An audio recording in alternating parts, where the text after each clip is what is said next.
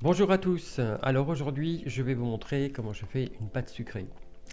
Une pâte pour faire des fonds de tarte, ça va très bien, classique. Alors commencez par taper un petit peu ce beurre qui est un petit peu frais, un peu froid. Alors je pars toujours sur un beurre tapé de façon à conserver ces matières plastiques, c'est pourquoi je ne le passe pas au micro-ondes. Alors ça suffit simplement de taper un petit peu dessus, de tourner les bords de manière à ce qu'il n'y ait plus de grains. Enfin que ça ne fasse pas de grains. Voilà, donc n'hésitez pas à taper. Pas trop longtemps par contre, parce que votre pâte, le beurre va devenir un petit peu plus mou et c'est pas ce qu'on veut. Il faut que ce soit froid, mais qu'il n'y ait pas de grains simplement. Alors, le sucre glace, le sucre vanillé, et puis le sel. Alors ensuite, mélangez le tout de façon à ce que le beurre se mélange au sucre glace.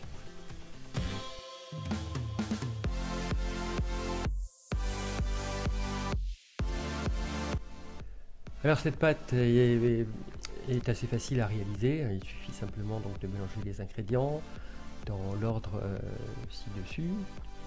Et au niveau de la cuisson, eh bien 160 degrés c'est l'idéal, ça cuit lentement et les fonds restent assez clairs, assez blancs. Ensuite donc 160 degrés pendant 15-20 minutes, vingtaine de minutes plutôt.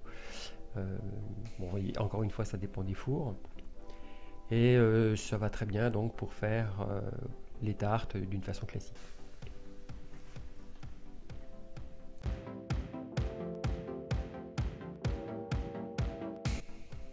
Alors une fois que votre beurre est mélangé au sucre glace, rajoutez la farine et l'œuf et vous mélangez mais sans pétrir, c'est-à-dire qu'une fois que votre pâte est formée, vous arrêtez tout de suite.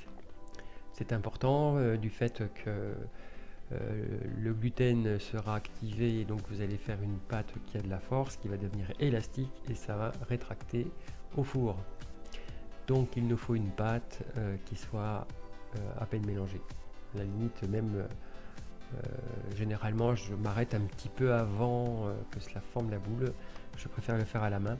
De cette façon je suis absolument sûr qu'il n'y a pas d'élasticité à donner.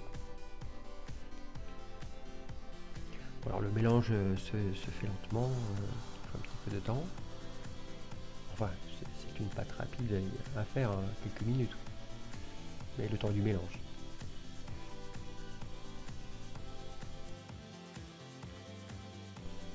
Alors je vous conseille aussi cette pâte de la mettre au frigo au moins pendant 2 heures, de façon à ce qu'elle redevienne un petit peu ferme, que vous puissiez la travailler facilement, plus facilement. Personnellement, je les fais toujours la veille pour le lendemain, de façon à faire des fonds de tarte qui soient vraiment assez fins, 3-4 mm, ce qui est difficile à réaliser avec une pâte fraîche.